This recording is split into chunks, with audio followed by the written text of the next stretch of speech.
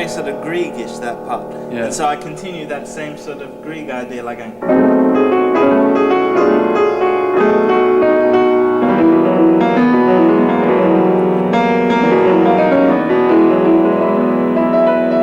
you know that same. That's real Grieg, you know. Yeah. You know, you sort of like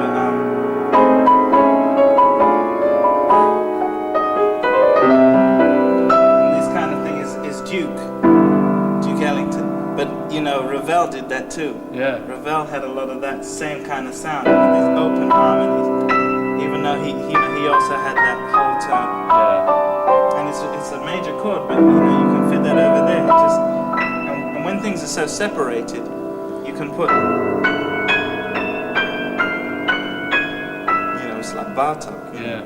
I don't think a revival is going on. I think something is happening with this generation that's never happened before. It's appropriate to the time, people like it, and the kind of musicians that are coming up now are dealing with the music in as many different and attractive ways possible that seems to be appropriate to the audience that's out there now.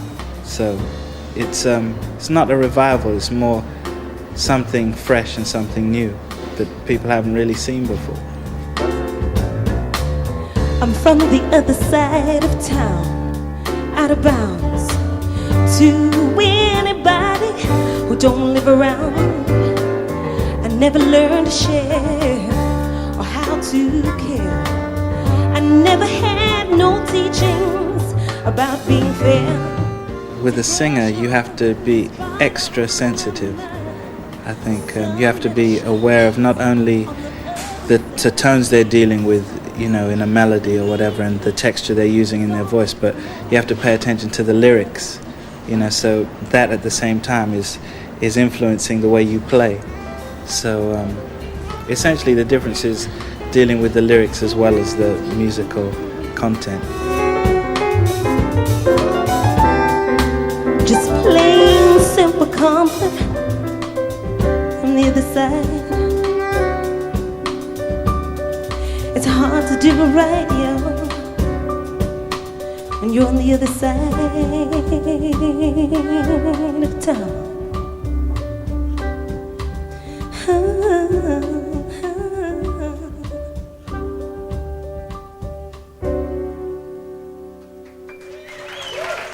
Thank you.